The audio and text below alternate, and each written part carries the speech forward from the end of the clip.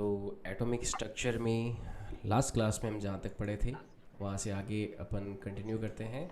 एक बार मैं last class के जो नोट्स हैं उनको रिवाइज करवा देता हूँ कि लास्ट क्लास में हमने क्या पढ़ा था। मैंने वेव की प्रॉपर्टीज़ के बारे में बताया, क्योंकि इलेक्ट्रोमैग्नेटिक जो रेडिएशंस है, इलेक्ट्रोमैग्नेटिक वेव को समझना है तो हमें वेव की प्रॉपर्टीज़ को समझना होगा। तो वेव की प्रॉपर्टीज़ क्या होती है? अलग अलग प्रॉपर्टीज़ होती है। जैसे वेवलेंथ, वेवलेंथ क्या होता है कि एक पूरा जो ऑसिलेशन अगर वेव करती है तो उसमें जो लेंथ होती है वो वेवलेंथ होती है। पूरे ऑसिलेशन में लगा समय टाइम पीरियड होता है। टाइम पीरियड फ्रिक्वेंसी का अपोजिट होता है, इनवर्स होता है। किसी वेलोसिटी जो होती है वेव की, v लैम्डा अपॉन टी होता है, v is equal to lambda F भी होता है। इलेक्ट्रोमैग्नेटिक जो वेव होती है उसकी स्पीड 3 × 10⁸ मीटर पर सेकेंड, जो कि स्पीड ऑफ लाइट है, उसी के इक्वल होती है। स्पीड ऑफ लाइट को हम सिंबल c से डिनोट करते हैं। वेव नंबर वेवलेंथ का रेसिप्रोकल उल्टा होता है। फिर मैंने इलेक्ट्रोमैग्नेटिक स्पेक्ट्रम के बारे में बताया। तो इलेक्ट्रोमैग्नेटिक स्पेक्ट्रम क्या होता है? अलग अलग तरह के जो इलेक्ट्रोमैग्नेटिक वेव्स हैं उन सभी का कॉम्बिनेशन जो है, उन सभी को जब कैटेगराइज करते हैं तो उसे इलेक्ट्रोमैग्नेटिक स्पेक्ट्रम कहते हैं। यहाँ पे gamma ray, X ray, ultraviolet, visible range, infrared, microwave, FM, am, radio wave, long radio wave, ये पूरा क्लासिफिकेशन है जिसमें मैंने वेवलेंथ का ऑर्डर बताया। विजिबल रेंज में अलग अलग तरह के हमारे जो 7 कलर होते हैं विबिग्योर, वो विजिबल रेंज में आते हैं जिसे हमारी आईज डिटेक्ट कर सकती है। विजिबल रेंज के ये जो कलर है, violet, indigo, blue, green, yellow, orange, red, इसमें वॉयलेट का वेवलेंथ 400 नैनोमीटर होता है, रेड का वेवलेंथ 750 नैनोमीटर होता है। नैनोमीटर का मतलब क्या होता है? 1 नैनोमीटर 10⁻⁻⁹ मीटर होता है। वॉयलेट का वेवलेंथ सबसे कम, रेड का वेवलेंथ सबसे ज़्यादा, वॉयलेट कलर की फ्रिक्वेंसी सबसे ज़्यादा, रेड कलर की फ्रिक्वेंसी सबसे कम। ये इलेक्ट्रोमैग्नेटिक स्पेक्ट्रम पढ़ा। फिर मैंने एक क्वेश्चन एनसीईआरटी के बेस का किया, करवा के बताया आपको कि फ्रिक्वेंसी अगर 15 किलो हर्ट्ज हो किसी वेव की, तो उस वेव के लिए उसका वेवलेंथ कितना होगा?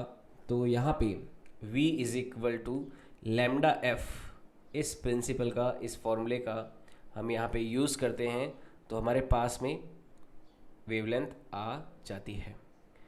तो यहाँ तक हमने किया। यहाँ तक किसी को कोई डाउट हो, कोई सवाल हो आपका? अगर आपको कोई बात समझ में नहीं आई तो आप मुझसे पूछ सकते हो, फिर अपन आगे बढ़ते हैं। यहाँ तक क्लियर है? ओके। यहाँ तक किसी को कोई प्रॉब्लम हो, कोई डाउट हो, कोई बात समझ में नहीं आई हो तो आप पूछ सकते हो।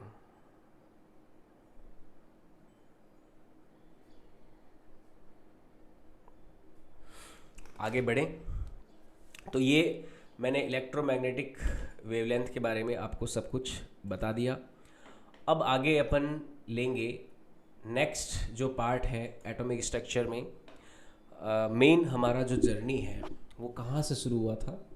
रदरफोर्ड का जो मॉडल था, एटॉमिक मॉडल, रदरफोर्ड ने एक गोल्ड शीट एक्सपेरिमेंट किया था। उस गोल्ड शीट एक्सपेरिमेंट में जो जे थॉमसन ने बातें बोली थी वो फेल हो गई थी। वहाँ पे मैक्सवेल ने कहा था कि इलेक्ट्रॉन इलेक्ट्रोमैग्नेटिक रेडिएशंस का इमिशन करेगा। तो हम क्या पढ़ रहे हैं अभी? इलेक्ट्रोमैग्नेटिक रेडिएशंस के बारे में ही पढ़ रहे हैं। और रेडिएशंस को मैंने बताया कि ये इलेक्ट्रोमैग्नेटिक वेव्स होती है। अब आगे बढ़ते हैं, आगे चलते हैं।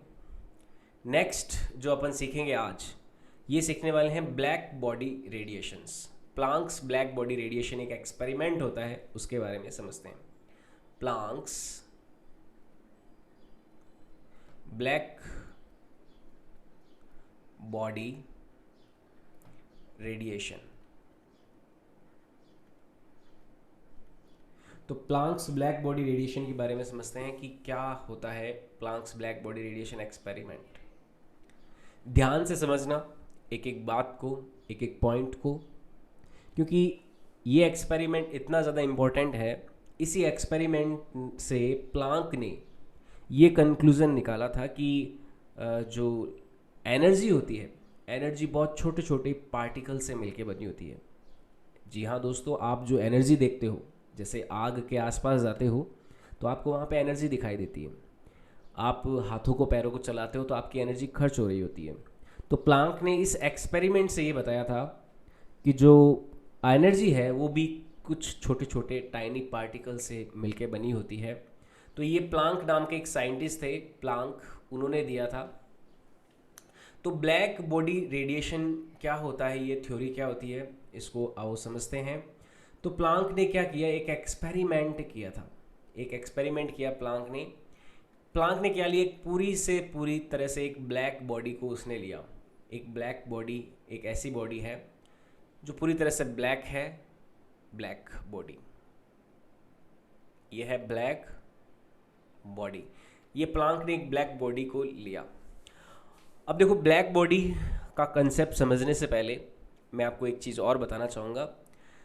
अगर कोई चीज़ वाइट है, वाइट कलर जो होता है, वाइट का मतलब group of all colours. White के अंदर सभी तरह के कलर्स होते हैं और ब्लैक के अंदर सभी कलर्स नहीं होते हैं। या फिर ऐसा कहते हैं कि जैसे अगर आपने कलर थ्योरी को थोड़ा बहुत समझा हो, जैसे मैं कलर थ्योरी के बारे में बात करूं।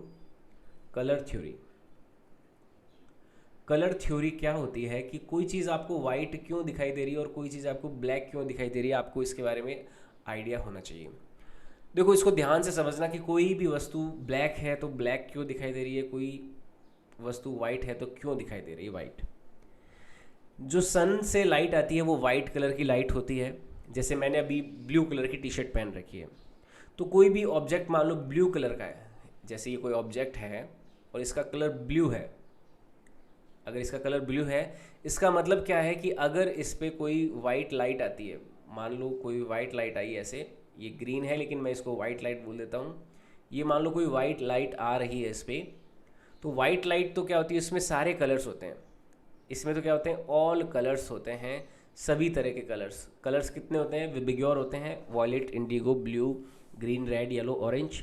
तो सारे कलर किस में होते हैं, वाइट लाइट में होते हैं। तो कोई ऑब्जेक्ट अगर ब्लू है तो जब उस पर वाइट लाइट इंसिडेंट होती है तो यहाँ पे केवल ब्लू कलर की जो रेज हैं यही रिफ्लेक्ट होती है, बाकी सारी कलर्स की जो रेज है ये एब्जॉर्ब हो जाती है।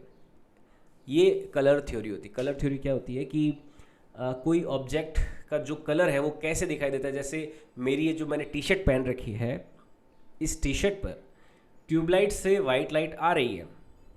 अब वाइट लाइट के अंदर तो सारे कलर्स हैं, उसके अंदर सारे जो विजिबल रेंज के सारे 7 कलर्स जो होते हैं अपने सिस्टम विबिग्योर, वो सारे वाइट कलर के अंदर है। लेकिन मेरी जो टी शर्ट है वो आपको ब्लू कलर की दिखाई दे रही है, वाइट कलर की नहीं दिखाई दे रही। इसका कारण क्या है, ये ब्लू कलर को तो रिफ्लेक्ट कर रहा है और बाकी सारे कलर्स को क्या कर रहा है, एब्जॉर्ब कर रहा है। बाकी सारे कलर को क्या कर रहा है, एब्जॉर्ब कर रहा है, और ब्लू कलर को ये क्या कर रहा है, रिफ्लेक्ट कर रहा है। इस वजह से मेरी जो शर्ट है, मेरी जो टी शर्ट है वो आपको ब्लू दिखाई दे रही है। और रेड कलर की कोई अगर आपने टी शर्ट पहनी, शर्ट पहना, तो उसमें भी बिल्कुल यही थ्योरी काम में करती है कि आपके टी शर्ट के ऊपर वाइट कलर की रे आती है, लेकिन आपकी टी शर्ट में जो कलर लगा रखा है, जो आपको मटेरियल जो है टी शर्ट का जो पेंट किया हुआ है, उस पेंट की एक खासियत है कि वो बाकी सारे कलर एब्जॉर्ब कर लेता है, लेकिन रेड कलर जो है वो रिफ्लेक्ट कर देता है। जैसे रेड कलर का कोई ऑब्जेक्ट है या रेड कलर की कोई वस्तु है, तो उसकी क्या खासियत होती है कि जब इस पर कोई वाइट लाइट आती है, वाइट लाइट इस पर इंसिडेंट होती है इस तरह से, ये मान लो वाइट लाइट आई, तो ये रिफ्लेक्ट किसको करता है, केवल रेड कलर को ही करता है, इसके अलावा और किसी को रिफ्लेक्ट नहीं करता। ठीक है, बाकियों को तो ये एब्जॉर्ब कर लेता है, और वाइट को क्या कर लेता है, ये वाइट के अंदर बाकी सारे जो कलर्स होते हैं, जैसे ये वाइट लाइट आई, बाकी सारे कलर्स को तो ये एब्जॉर्ब कर लेता है और केवल रेड कलर को ये रिफ्लेक्ट करता है। तो हमारी जो आँख होती है, हमारी आँख को क्या लगेगा, ये कैसा है, रेड कलर का है, ऐसा हमारी आँख परसीव करती है। तो ये एक कलर थ्योरी के बारे में ध्यान में रखें। ये एक वैलिड पॉइंट, एक बहुत ही इंटरेस्टिंग फिनोमिना है कलर थ्योरी का, ये आपको ध्यान में रखना है। इसके अलावा देखो एक पॉइंट और है कलर थ्योरी में। अगर मान लो किसी ने वाइट कलर का टी शर्ट पहन रखा है, अगर किसी ने वाइट कलर का टी शर्ट पहन रखा है और किसी ने ब्लैक कलर का टी शर्ट पहन रखा है तो उनके साथ क्या होगा। मान लो एक तो है कोई व्यक्ति जिसने वाइट कलर का टी शर्ट पहन रखा है और एक व्यक्ति है जिसने ब्लैक कलर का टी शर्ट पहन रखा है ना। मैं दो केसेस ले रहा हूँ। एक तो है वाइट पूरी तरह से, मान लो ये वाइट है, और एक पूरी तरह से ब्लैक है। तो ब्लैक टी शर्ट ब्लैक क्यों दिखाई दे रही है, वाइट टी शर्ट वाइट क्यों दिखाई दे रही है। ब्लैक तो कोई कलर ही नहीं होता, ना वाइट कोई कलर होता है। जैसे अपन कलर की बात करते हैं तो वैसे साइंस में कलर 7 ही माने जाते हैं, violet, indigo, blue, green, red और ये ऑरेंज, येलो, इस तरह से है ना। विबग्योर इनको बोलते हैं, विबग्योर है ना। Violet, indigo, blue, green, yellow, orange, ये 7 कलर्स ही माने जाते हैं साइंस में। वाइट और ब्लैक को कलर नहीं मानते। क्यों नहीं मानते हैं, क्योंकि वाइट जो होता है इन सभी का मिक्सचर होता है। तो वाइट कलर की टी शर्ट पहन रखी है, उसके पीछे की थ्योरी क्या होती है कि अगर मान लो इस पर वाइट कलर का कोई रे इंसिडेंट हो रहा है, यानी कि white colour mixup of all colour अगर इंसिडेंट होते हैं तो ये क्या करता है, सभी को वापस इमिट कर देता है, यानी कि वाइट को ही क्या कर देता है, सभी के सभी कलर को रिफ्लेक्ट कर देता है। और ब्लैक कलर की क्या खासियत होती है कि जब इस पर कोई वाइट कलर इंसिडेंट होता है, जब इस पर वाइट कलर इंसिडेंट होता है तो ये किसी भी कलर को इमिशन नहीं करता। यहाँ पे नो रिफ्लेक्शन एट ऑल, यहाँ पे नो रिफ्लेक्शन होता है, कोई कलर रिफ्लेक्ट नहीं होता है वापस दूसरी तरफ। तो हमारी जो आँख है, हमारी आँख क्या ऑब्जर्व करेगी कि अगर कोई कलर रिफ्लेक्ट होते हुए वापस आ ही नहीं रहा तो हमारी आँख को क्या लगेगा, वहाँ पे कुछ नहीं है। और कुछ नहीं है होने का मतलब क्या हो गया, अंधेरा। जैसे हमारा अंधेरा जब अपन देखते हैं तो अंधेरा क्या है, अब्सेंस ऑफ लाइट है ना। तो यहाँ पे जो टी शर्ट ब्लैक होती है या फिर जो ऑब्जेक्ट ब्लैक होता है उसकी क्या खासियत होती है कि वो सारा का सारा जो ब्लैक कलर है या फिर सारा का सारा जो वाइट लाइट है उसको एब्जॉर्ब कर लेता है, इसलिए ये वो ब्लैक होता है। और वाइट जो कोई ऑब्जेक्ट है, वाइट ऑब्जेक्ट की क्या खासियत होती है, ये सभी कलर्स को रिफ्लेक्ट कर देता है। और कोई जनरल कलर रेड हो गया, ब्लू हो गया, इनकी क्या खासियत है, अगर कोई ब्लू ऑब्जेक्ट है तो केवल ब्लू को रिफ्लेक्ट करता है, बाकी को एब्जॉर्ब करता है। तो ये कलर थ्योरी के कुछ पॉइंट ध्यान में रखने यहाँ पे प्लांक्स ब्लैक बॉडी रेडिएशन को समझने से पहले। तो यहाँ पे एक पॉइंट ध्यान में रखना है, white reflect all colours, white reflect all colours. तो सफ़ेद जो है, सफ़ेद सभी रंगों को परावर्तित करता है। तो वाइट रिफ्लेक्ट ऑल कलर्स। और ब्लैक क्या करता है, black absorb all colours, black absorb all colours. तो ब्लैक जो होता है वो सभी रंगों को एब्जॉर्ब कर लेता है, यानी समा लेता है। काला सभी रंगों को समा लेता है, यानी कि काले के केस में हमें क्या होगा, सारे के सारे कलर एब्जॉर्ब हो जाएंगे। और सारे के सारे जब कलर एब्जॉर्ब हो जाते हैं तो हमें कोई भी कलर रिफ्लेक्ट होके नहीं मिला, यानी कि वहाँ पे हमें क्या मिला, अंधेरा मिला, डार्कनेस मिली। और उस डार्कनेस का इफेक्ट जो हमें कैसा दिखाई देता है, एज ए ब्लैक कलर दिखाई देता है। तो ये कलर थ्योरी के कुछ पॉइंट है। अब अपन वापस Maxwell's black body radiation principle पे आते हैं। मैक्सवेल ने क्या किया, एक ब्लैक बॉडी को लिया। ये ब्लैक बॉडी क्या थी, ये एक्चुअल में एक आयरन का ब्लैक कलर का ऑब्जेक्ट था। ये है ब्लैक बॉडी। ये क्या है, एक आयरन का ब्लॉक है, आयरन ब्लॉक। जैसे आयरन जो होता है वैसे आयरन का एक ब्लॉक लिया जो ब्लैक कलर का था, पूरी तरह से ब्लैक। तो मैक्सवेल ने ये सोचा कि आयरन का ये जो ब्लैक कलर का ऑब्जेक्ट है ये कैसे बन पा रहा है, क्योंकि इसने सारे कलर्स एब्जॉर्ब कर रखे हैं, है ना। जितने भी थे सराउंडिंग में विबग्योर वाले सारे कलर इसने एब्जॉर्ब कर लिए। तो इस वजह से ये कैसा दिखाई दे रहा है, ब्लैक कलर का दिखाई दे रहा है। तो प्लांक ने ये सोचा कि अब ऐसा कोई तरीका होना चाहिए कि इसमें से सारे कलर्स वापस बाहर आते हुए मुझे दिखाई दें। तो उसने क्या सोचा कि भाई इसने सारे कलर्स को एब्जॉर्ब किया तो इसने क्या किया, एनर्जी को एब्जॉर्ब किया, इसने एनर्जी अपने अंदर ले ली, एनर्जी को एब्जॉर्ब किया। जैसे विबिग्योर है तो विबिग्योर क्या एक तरह से एनर्जी है, मतलब लाइट एक एनर्जी है, तो इसने लाइट को एब्जॉर्ब किया है, एब्जॉर्ब किया यानी कि एनर्जी को एब्जॉर्ब किया है, एनर्जी को एब्जॉर्ब किया है।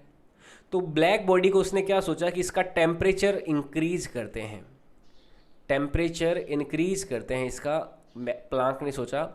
तो टेम्परेचर इंक्रीज क्यों उसने सोचा कि टेम्परेचर इंक्रीज करें, उसने सोचा कि भाई जो लाइट है, एनर्जी है जो ब्लैक बॉडी ने एब्जॉर्ब कर रखी है, अगर मैं चाहता हूँ कि वो बाहर आए, वो लाइट जो एनर्जी के फॉर्म में इसने एब्जॉर्ब कर ली है, अगर मैं चाहता हूँ वो बाहर आए तो मैं टेम्परेचर इंक्रीज करूँगा, यानी कि मेरे को और ज़्यादा इसकी एनर्जी को बढ़ाना पड़ेगा, यानी कि मुझे इसे गर्म करना पड़ेगा, हॉट करना पड़ेगा। तो इसके पास बहुत ज़्यादा एनर्जी हो जाएगी, अब ये सारी एनर्जी तो ले नहीं सकता, तो ये क्या करेगा, वापस लाइट को बाहर की ओर इमिट करने लगेगा। तो लाइट जो है एनर्जी के फॉर्म में ये इमिट करने लगेगा। प्लांक ने ये एक्सपेरिमेंट करके देखा कि कोई लोहे के आयरन ब्लॉक को जब वो हीट करता है, गर्म करता है, तो क्योंकि पहले वो लाइट एब्जॉर्ब कर चुका है तभी तो ये ब्लैक बॉडी है, अब इसका जब टेम्परेचर राइज किया, इसको और ज़्यादा हमने एनर्जी दे दी, तब एनर्जी जब इसके पास सरप्लस हो गई, अगर बाल्टी में पानी भर जाता है तो बाल्टी से पानी बाहर आने लगता है, तो यही केस ब्लैक बॉडी के साथ हुआ, उसमें से लाइट बाहर आने लग गई एनर्जी के फॉर्म में। और जब लाइट बाहर आई तो आपको जान के बड़ा ही आश्चर्य होगा, सबसे पहले जो ब्लैक बॉडी था उसने रेड कलर दिया, सबसे पहले जो कलर दिखाई दिया था ब्लैक बॉडी का वो रेड कलर दिखाई दिया, रेड कलर सबसे पहले आया था। और फिर जैसे जैसे टेम्परेचर बढ़ाया, जैसे जैसे टेम्परेचर बढ़ा, यहाँ से देखो ऊपर की ओर जैसे जैसे टेम्परेचर इंक्रीज हुआ, जैसे यहाँ पे टेम्परेचर इंक्रीज कर रहे हैं, तापमान को बढ़ा रहे हैं, टेम्परेचर इंक्रीज कर रहे हैं, तो सबसे पहले रेड कलर आया था। उसके बाद में प्लांक ने ये ऑब्जर्व किया कि यहाँ पे ऑरेंज कलर आता है, रेड के बाद में जो ब्लैक बॉडी है वो ऑरेंज कलर की होने लगती है। मैं यहाँ पे बॉडी ही बना देता हूँ, पूरा शेप दे देता हूँ बॉडी को, ये ऑरेंज कलर की हो गई बाद में। पहले कैसी थी, मैं इसका बॉडी का डायग्राम बना देता हूँ। पहले सबसे पहले जो ब्लैक बॉडी थी हमारी वो रेड कलर की हुई जब उसे गर्म किया गया, उसके बाद में ये ऑरेंज कलर की दिखाई दी, ऑरेंज कलर की होगी, ऑरेंज और येलोइश इस तरह की कलर की दिखाई दी ब्लैक बॉडी। फिर उसने और गर्म किया तो ये येलो कलर की हो गई ब्लैक बॉडी, इस तरह से येलो कलर शो किया ब्लैक बॉडी ने। फिर और गर्म किया तो ये ब्लैक बॉडी ग्रीनिश कलर की होने लग गई थी, ग्रीन कलर की ऐसे दिखाई देने लग गई थी। उसने जब टेम्परेचर को और राइज किया, जब और राइज किया तब प्लांक को ये बॉडी ब्लू कलर की दिखाई देने लग गई, ब्लू कलर की दिखाई दी। और ज़्यादा गर्म जब उसने किया तो उसको ये इंडिगो कलर की दिखाई दी, और लास्ट में ये वॉयलेट कलर की, यानी कि इस तरह से ये ब्लैक बॉडी के अलग अलग कलर उसको पैटर्न दिखाई दिए। सबसे पहले रेड हुआ, रेड, फिर येलो, फिर पहले रेड फिर ऑरेंज, है ना, ऑरेंज, रेड के बाद में ऑरेंज आया, रेड के बाद में ऑरेंज आया, यहाँ पे ये ऑरेंज, फिर येलो आया, फिर ग्रीन आया, फिर ब्लू आया, फिर इंडिगो आया, फिर रेड आया। तो आप देख सकते हो यहाँ पे ये क्या है, ROYGBI और V, ये विबिग्योर का पैटर्न उसको वापस मिला। सबसे पहले रेड कलर, आप खुद देखो, आपने कभी लोहे को गर्म होते हुए देखा होगा, तो आपने सबसे पहले जब लोहा गर्म होता है आपने चाकू गर्म किया होगा, आप आज गर्म करके देख लेना, अगर देखना चाहो तो चाकू को गैस पे गर्म करके देखना, वो रेड कलर का हो जाएगा, ठीक है। और कोई लोहे का बाट या फिर कोई लोहे का फौलाद कहीं पे गर्म होते हुए देखा हो तो वो रेड कलर का होता है स्टार्टिंग में, और ज़्यादा रेड करते हैं तो वो ऑरेंज कलर का होने लगता है, फिर उसको और ज़्यादा गर्म करते हैं तो वो येलो कलर का, और फिर थोड़ा ग्रीनिश होने लगता है, फिर वो ब्लूइश होने लगता है, फिर वो एक इंडिगो कलर जैसा दिखाई देता है, फिर वॉयलेट कलर जैसा वो शो करने लगता है। तो हमारा हमने यहाँ तक के तो देखो एक्सपेरिमेंटली ऑब्जर्व किए होते हैं, यहाँ तक इवन जो आपका ग्रीनिश कलर जो है, जब कोई ब्लैक बॉडी को गर्म करते हैं तो ग्रीनिश कलर तक भी हम लोग ऑब्जर्व करते हैं हमारी डेली लाइफ में, लेकिन इससे ज़्यादा टेम्परेचर जो इंक्रीज़ करने वाला जो एक्सपेरिमेंट है वो अपन कर नहीं सकते, क्योंकि यहाँ पे बहुत ज़्यादा टेम्परेचर इंक्रीमेंट मांगता है। तो रेड, ऑरेंज, येलो, ग्रीनिश, इस कलर तक तो हम अपनी डेली लाइफ में कहीं ना कहीं हमने कारखाने में या फिर कोई ऐसा आसपास कोई घटना घटित हो रहा हो तो उसमें अपन ने ज़रूर देखा होगा। लेकिन ये ब्लू, इंडिगो, वॉयलेट, ये कलर्स इमिट हो रहे हो किसी ब्लैक बॉडी से, ये हमने नहीं देखे। तो ये एक्सपेरिमेंट था, प्लांक ने एक्सपेरिमेंट किया, तो बिल्कुल सारे के सारे कलर्स जो हैं वहाँ पे इमिट हो रहे थे एक ब्लैक बॉडी से। तो प्लांक ने ये बोला कि अगर कलर सारे के सारे यहाँ पे इमिट हो रहे हैं तो उसने एक पैटर्न दिया, एक ग्राफ बनाया यहाँ पे। अब थोड़ा इसके एकेडमिक पार्ट की तरफ जाते हैं। ये तो था पूरा एक्सपेरिमेंटल पार्ट।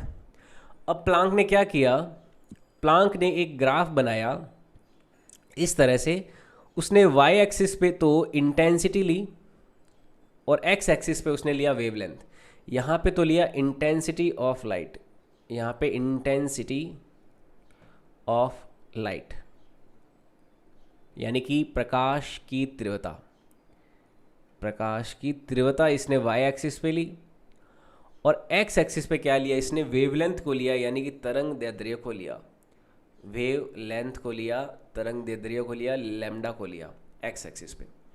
तो यहाँ पे प्लांक ने कुछ ग्राफ बनाए। अब पहले इंटेंसिटी को समझ लेना। इंटेंसिटी देखो क्या होती है, इंटेंसिटी होती है कि कोई कितना ज़्यादा ब्राइट है। ये इंटेंसिटी क्या होती है, ब्राइटनेस जो होती है ना, ब्राइटनेस,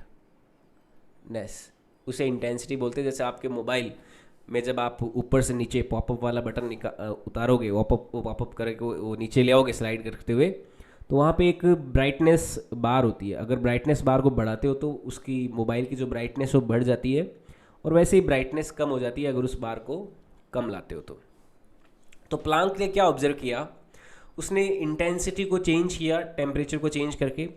तो पहले उसने क्या देखा कि सबसे पहले कोई T1 टेम्परेचर पे उसको एक ग्राफ जो है वेवलेंथ का और इंटेंसिटी का, वेवलेंथ और इंटेंसिटी के बीच में जो सबसे पहले T1 टेम्परेचर पे जो ग्राफ मिला उसे कुछ ऐसा मिला।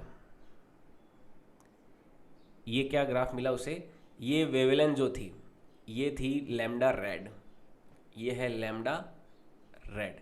ये कोई T1 टेम्परेचर पे उसको ग्राफ मिला कि भाई T1 टेम्परेचर पे हर तरह की वेवलेंथ इमिट हो रही थी रेड कलर की। देखो रेड कलर की ही क्योंकि प्रोमिनेंट थी, क्योंकि सबसे पहले T1 टेम्परेचर पे रेड कलर दिखाई दिया, और रेड कलर सबसे ज़्यादा चमकीला था। हालांकि दूसरे कलर्स भी मौजूद है, आप देख सकते हो यहाँ पे ऑरेंज है, येलो है, ग्रीन है, वॉयलेट, इंडिगो, ब्लू, ये सारे कलर्स देखो यहाँ पे मौजूद है, पर ये विजिबल नहीं थे, दिखाई नहीं दे रहे थे। क्यों? क्योंकि रेड कलर प्रीडोमिनेंट था, सबसे ज़्यादा रेड कलर दिखाई दे रहा था।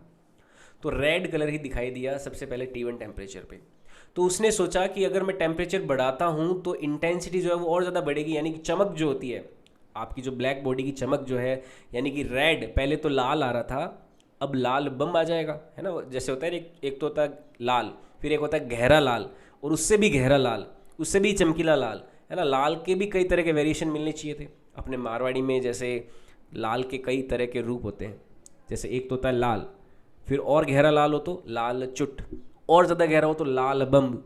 तो इस तरह की अपने बोला जाता है। तो वैसे ही प्लांक ने भी सोचा कि यहाँ पे तो लाल आया तो लाल चुट आना चाहिए, उसने अपनी भाषा में कुछ सोचा होगा।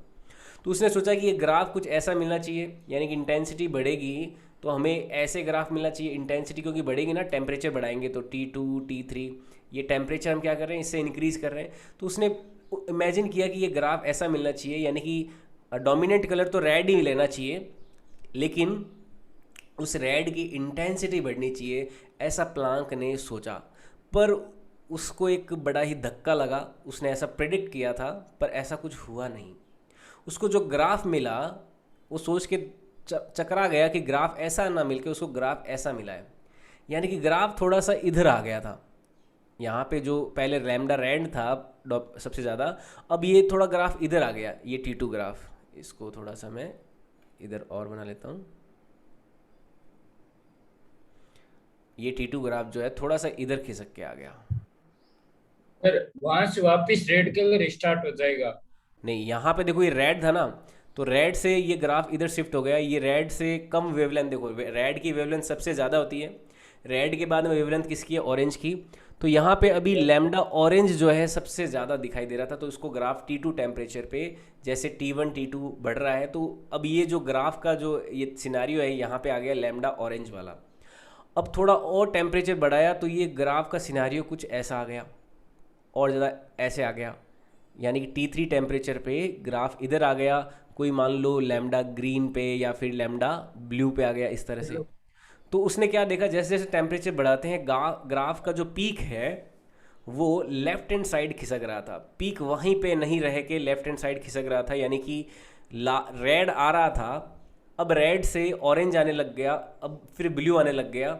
यानी कि अगर टेम्परेचर बढ़ाया गया तो बढ़ाने पर हमें रेड से और ज़्यादा ब्राइट रेड की ब्राइटनेस ना बढ़ के हमारा कलर तक चेंज हो रहा था, रेड से ऑरेंज, ऑरेंज से ब्लू, ब्लू से वॉयलेट, इंडिगो, इस तरफ कलर जा रहा था।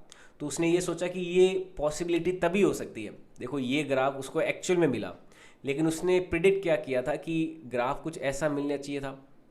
उसने प्रिडिक्ट को ये किया था कि ग्राफ ऐसा मिलना चाहिए था, देखो ऐसे, इस तरह से। उसका जो प्रिडिक्शन था वो तो कुछ इस तरह के ग्राफ के लिए था कि भाई पहला रेड कलर आ चुका है, ये लैम्डा रेड है, तो इस पीक जो है वो चेंज नहीं होगा, यहीं का यहीं रहना चाहिए। ये मान लो लैम्डा रेड के लिए है ना, ये लैम्डा इधर और ये इधर इंटेंसिटी। तो उसने ये सोचा था कि भाई T1 टेम्परेचर पे रेड मिल रहा है, तो T2 टेम्परेचर जब बढ़ाओगे, T3 जब बढ़ाओगे, T4 बढ़ाओगे, तो रेड की ब्राइटनेस बढ़ती जानी चाहिए, है ना।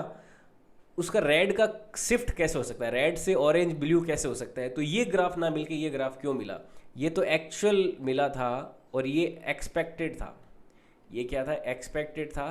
तो इस बात को प्लांक ने कैसे एक्सप्लेन किया, इस बात को ध्यान से सुनना, क्योंकि इन ग्राफ के एक्सप्लेनेशन से आपको पता चलेगा कि एनर्जी क्यों आपकी पार्टिकल नेचर में होती है, ना कि कंटिन्यूस नेचर में होती है, ना कि आपकी कोई जुड़ी हुई फॉर्म है। एनर्जी भी छोटे छोटे टुकड़ों से मिलकर बनी हुई है। यहाँ पे इस एक ग्राफ के माध्यम से प्लांक ने ये ऑब्जर्व किया। देखो, इसे समझने के लिए मैं एक एग्जाम्पल लेता हूँ। एग्जाम्पल के तौर पे ये मान लो एक दीवार है, इस दीवार पे एक दरवाज़ा लगा है। ये एक दीवार ली मैंने और इस दीवार में एक दरवाज़ा लगा है। अब देखो, ये पूरा एक्सपेरिमेंट का निचोड़ समझना। इस एक्सपेरिमेंट के निचोड़ से आपको समझ में आ जाएगा कि क्यों एनर्जी जो है वो छोटे छोटे टुकड़ों से मिलके बनी है, ना कि एनर्जी एक कंटिन्यूस फॉर्म में। कंटिन्यूस फॉर्म क्या होती है, जैसे वाटर होता है ना, एक जगह से दूसरी जगह तो कंटिन्यूस चल ही रहा है। तो इस एक्सपेरिमेंट से प्लांक ने बोला था कि जो एनर्जी होती है आपके पास आसपास दुनिया में, वो छोटे छोटे पैकेट्स में मिलके बनी है, उसको क्वांटो बोलते हैं। तो अब इस एक्सपेरिमेंट के ऑब्जर्वेशन से कैसे पता चला, इसको समझने के लिए देखो, एक मैं यहाँ पे कोई दूसरा बच्चा ले लेता हूँ, छोटा नन्हा मुन्ना बच्चा। ध्यान से समझना, बहुत गहरी बात बता रहा हूँ। और इस बच्चे के हाथ में है लटाई। क्या है, इस बच्चे के हाथ में है लटाई। लटाई में धागा लपेटा हुआ है। धागा कैसा है, रेड कलर का धागा है, रेड कलर का धागा है। ये धागा इधर इस दरवाजे से इस दूसरी तरफ आ रहा है, मान लो ऐसे। और यहाँ पे कोई दूसरा लड़का खड़ा है, अब दूसरा लड़का क्या कर रहा है, इस धागे को अपनी ओर खींच रहा है। ठीक है, अब अपनी ओर जब खींच रहा है तो यहाँ पे देखो धागा क्या है, एक तरह से कंटिन्यूस पाथ है ना, कंटिन्यूस एग्जिस्टेंस है। कंटिन्यूस एग्जिस्टेंस का एक ऑब्जर्वेशन है। कंटिन्यूस यानी कि सतत अस्तित्व का प्रारूप है। सतत यानी कि ये टुकड़ों में नहीं एग्जिस्ट कर रहा, ये कंटिन्यूस एग्जिस्ट कर रहा है। ये क्या कर रहा है, टुकड़ों में एग्जिस्ट नहीं कर रहा, धागा ये कंटिन्यूस एग्जिस्ट कर रहा है। तो अगर मैं टेम्परेचर बढ़ा रहा हूँ, इसका मतलब क्या है, ये तेज़ी से इसको खींच रहा है। अब टेम्परेचर बढ़ाने का मतलब क्या हो गया, तेज़ी से खींचना। तो पहले कम रेड धागा आ रहा था, अब रेड धागा ज़्यादा आने लगेगा अगर मैं इसकी जो स्पीड है इसके खींचने की, ये जो दूसरा लड़का है इसको मैं अगर इंस्ट्रक्शन दूँ बहुत तेज़ी से खींचो, यानी कि इसका टेम्परेचर बढ़ा रहा हूँ। तो अगर धागे का कंटिन्यूस एग्जिस्टेंस यहाँ पे है, इस वजह से धागा पहले धीरे आ रहा था, अब बस क्या होगा, ये तेज़ आने लगेगा और कोई फ़र्क नहीं पड़ना चाहिए। क्यों, क्योंकि धागा कंटिन्यूस एग्जिस्टेंस में है। तो इसी तरह से अगर एनर्जी का एग्जिस्टेंस कंटिन्यूस होता तो पहले ऐसी आ रही थी, अब पहले रेड कलर थोड़ा कम इंटेंसिटी वाला था, अब ज़्यादा इंटेंसिटी वाला आना चाहिए, और ज़्यादा, फिर और ज़्यादा। तो रेड की इंटेंसिटी बढ़नी चाहिए थी। जैसे कि अगर अपन धागे को खींच रहे हैं, अगर धागा कंटिन्यूस एग्जिस्टेंस में, तो पहले कम धागा था, कम रेड था, अब ज़्यादा रेड का धागा आ गया, है ना। लेकिन प्लांक ने बोला कि अगर मान लो मैं यही केस दूसरा ऐसे लेता, ठीक है, इस तरह से लेता कि इसके पास बहुत सारे कलर्स की बॉल्स हैं, है ना। पहले रेड कलर की बॉल है जो छोटी है, फिर आपके इसके पास कोई ऑरेंज कलर की बॉल है जो थोड़ी बड़ी है ना। फिर इसके पास में कोई ग्रीन कलर की बॉल है जो और ज़्यादा बड़ी है, फिर वॉयलेट कलर की तो और ज़्यादा बड़ी है। अब क्या हो रहा है, वो कह रहा है कि भाई जब आप टेम्परेचर इंक्रीज कर रहे हो ना, तो इसका मतलब क्या है कि आप इस दरवाजे का साइज बढ़ा रहे हो, यानी कि एटम के अंदर में से जो लाइट के जो एनर्जी के पार्टिकल हैं उनके निकलने का साइज बढ़ रहा है। टेम्परेचर बढ़ाने का मतलब क्या हो गया, पहले तो रेड पार्टिकल बहुत ज़्यादा आ रहे थे, तो रेड आ रहे थे, रेड आ रहे थे, रेड आ रहे थे, रेड आ रहे थे। अब आपका, क्योंकि इस दरवाजे का साइज उतना नहीं था कि वॉयलेट वाले पार्टिकल आ सकते या फिर ग्रीन वाले पार्टिकल आ सकते, तो पहले ये नहीं आ पा रहे थे। जैसे जैसे टेम्परेचर बढ़ाया, आपके दरवाजे का साइज़ बढ़ता गया, यानी कि एटम में से अब कौन आने लग गए, ग्रीन कलर के पार्टिकल, ऑरेंज कलर के पार्टिकल, रेड कलर के पार्टिकल तो पहले आते थे। तो अब क्या है कि यहाँ पे देखो शिफ्टिंग हो गई, कलर की शिफ्टिंग हुई है, यानी कि जो एनर्जी है उसका पार्टिकल शिफ्ट हो गया। पहले पार्टिकल दूसरा आ रहा था, अब दूसरा आने लग गया, अब दूसरा आने लग गया। तो इससे उसने कंक्लूजन निकाला कि ये इस तरह का एग्जिस्टेंस, यानी कि जैसे सीडी, देखो यहाँ पे सीडी ये कंटिन्यूस नहीं है ना, यहाँ पे एक, फिर यहाँ पे जंप कर रहा है। तो जंप तभी कर सकता है जब एनर्जी का जो एग्जिस्टेंस है वो डिसकंटिन्यूस नेचर का हो, यानी कि टुकड़ों में हो।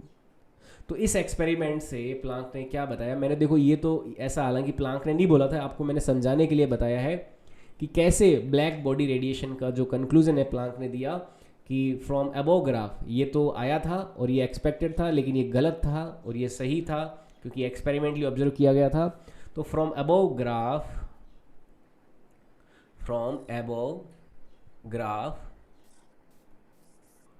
Planck concluded that energy exists in form of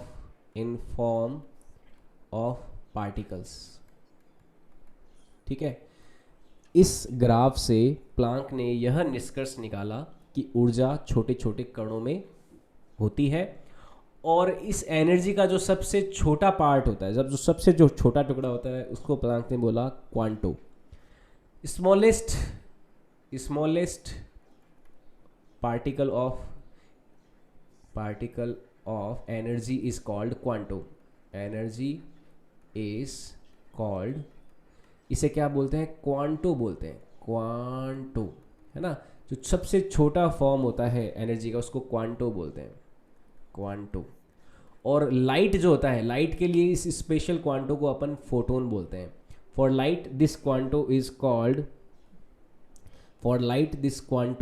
called photon, है ना। लाइट का जो छोटा पार्टिकल होता है उसे अपन फोटोन बोलते हैं। तो एक पॉइंट ये भी ध्यान में रखना है, for light this quanta is called photon. ठीक है, लाइट के लिए जो छोटा सा पार्टिकल होता है ना उसको फोटोन बोलते हैं। यानी कि लाइट किससे मिलके बनी होती है, फोटोनों से मिलके बनी होती है। लाइट का जो सबसे छोटे से छोटा स्मॉलेस्ट पार्टिकल है दैट इज कॉल्ड फोटोन। तो ये प्लांक ब्लैक बॉडी रेडिएशन जो एक्सपेरिमेंट था, ब्लैक बॉडी रेडिएशन, कृष्णिका विकिरण प्रयोग प्लांक का उसका ये कंक्लूजन था कि लाइट या फिर जो एनर्जी है वो छोटे छोटे पार्टिकल्स के फॉर्म में एग्जिस्ट करती है, ना कि एक कंटिन्यूस फॉर्म में एग्जिस्ट करती है। इस ग्राफ के माध्यम से और इस एक्सपेरिमेंट के माध्यम से, black body radiation experiment, Planck ने बताया और उसने ये कंक्लूजन निकाला कि एनर्जी जो है बहुत छोटे छोटे पार्टिकल्स के फॉर्म में एग्जिस्ट करती है, जिनको हम क्वांटो बोलते हैं। और लाइट के लिए जो एक क्वांटो है फोटोन कहलाता है। फोटोन नाम सुना होगा आपने। और ये जो क्वांटो है ये इसी से ही आगे क्वांटम मैकेनिक्स जो है, क्वांटम एक बहुत बड़ा फील्ड होता है साइंस का, क्वांटम मैकेनिक्स आपने नाम सुना होगा। तो इसी अवधारणा के बाद जब ये आइडिया दिया गया क्वांटो का, उसी के बाद में क्वांटम मैकेनिक्स के प्रिंसिपल्स जो है वो डेवलप किए गए थे। मैक्सवेल ने, प्लांक ने, इस तरह के साइंटिस्ट जो थे उन्होंने क्वांटम मैकेनिक्स दी थी। तो क्वांटो वर्ड क्या है, एनर्जी की सबसे छोटी से छोटी यूनिट जो होती है वो क्वांटो होती है। अब प्लांक ने जब एक्सपेरिमेंट किया तो उसने ये बोला कि एनर्जी ऑफ वन क्वांटो जो होती है, एनर्जी ऑफ वन फोटोन, यानी कि एक फोटोन की जो एनर्जी होती है जो सबसे छोटा होता है, एक फोटोन की ऊर्जा, एक फोटोन की ऊर्जा। उसने यहाँ तक कि एक्सपेरिमेंट से एक फोटोन की एनर्जी भी निकाली, तो उसने बोला कि ये जो एनर्जी होती है ई, ये प्रपोर्शनल टू होता है न्यू। एनर्जी क्या होती है, एक जो छोटा सा फोटोन है, उसने फोटोन का एक डायग्राम भी दिया था कि देखो ये फोटोन इस तरह से एग्जिस्ट करता है, ये डायग्राम दिया था, हालांकि ये आगे की क्लासेस में पढ़ेंगे। ये एक फोटोन का डायग्राम ऐसे दिया था कि एनर्जी का जो छोटे से छोटा पार्टिकल है वो इस तरह से कुछ दिखाई देता है, यहाँ पे ऐसे और इस तरह से। तो ये एक एनर्जी के का पार्टिकल, उसने क्वांटो का डायग्राम भी दिया था, और उसने बोला था कि ये जो एनर्जी का सबसे छोटा सा क्वांटो है उसकी एनर्जी जो होती है उसकी फ्रीक्वेंसी के प्रोपोर्शनल होती है। क्या है, फ्रीक्वेंसी है ना, जितनी ज़्यादा फ्रीक्वेंसी उतनी ज़्यादा एनर्जी, और जितनी कम फ्रीक्वेंसी उतनी कम एनर्जी। आप हाथ का केस ले लो, फ्रीक्वेंसी का मतलब क्या होता है, कितने नंबर ऑफ वाइब्रेशंस पर सेकेंड हो रहे हैं फोटोन्स के। तो फोटोन अगर 10 वाइब्रेशन कर रहा है तो एनर्जी मान लो ई लग रही है, तो 20 वाइब्रेशंस कर रहा है तो एनर्जी दुगनी लगेगी। तो उसने बोला था कि फ्रीक्वेंसी के प्रोपोर्शनल होता है एक फोटोन की एनर्जी, प्रोपोर्शनलिटी का साइन हटता है तो इक्वल टू आता है E is equal to H nu, एक एच कांस्टेंट आता है, एच को बोलते हैं प्लांक्स कांस्टेंट, प्लांक्स कांस्टेंट। और इसकी जो वैल्यू होती है वो आपको ध्यान में रखनी है, 6.625 इंटू 10⁻⁻34 जूल इंटू सेकेंड। ये प्लांक जो कांस्टेंट होता है h, उसकी वैल्यू होती है। आगे हम पूरे एटॉमिक स्ट्रक्चर के चैप्टर में इसको h न्यू को, h को, प्लांक्स कांस्टेंट को बार बार यूज़ करते रहेंगे। और E is equal to H nu से एक फोटोन की एनर्जी हम निकाल सकते हैं, क्योंकि न्यू जो होता है, न्यू की वैल्यू को अपन यहाँ पे c अपॉन लेमडा भी लिख सकते हैं, है ना, क्योंकि c बराबर क्या था, लेमडा न्यू था। या फिर यहाँ पे न्यू जो है फ्रीक्वेंसी है, फ्रीक्वेंसी को अपन f से भी डिनोट करते थे, लेकिन फ्रीक्वेंसी का एक सिंबल ये भी होता है, इसको बोलते हैं न्यू, है ना। वेलोसिटी जो होती है वैसा ही कुछ सिंबल होता है, इसे न्यू भी बोलते हैं। और फ्रीक्वेंसी जो होती है या फिर न्यू जो होता है वो c अपॉन लेमडा होता है। तो मैं energy E is equal to H C upon lambda, एक फोटोन की जो एनर्जी है इस फॉर्मूले से निकाली जाती है, एच सी अपॉन लेमडा वाले फॉर्मूले से। तो ये प्लांक्स ब्लैक बॉडी रेडिएशन का कंक्लूजन था, एक्सपेरिमेंट था। तो आई होप आपको चीज़ें समझ में आ गई होगी, आपको चीज़ें क्लियर हो गई होगी। और बहुत गहरा एक्सपेरिमेंट होता है प्लांक्स ब्लैक बॉडी रेडिएशन।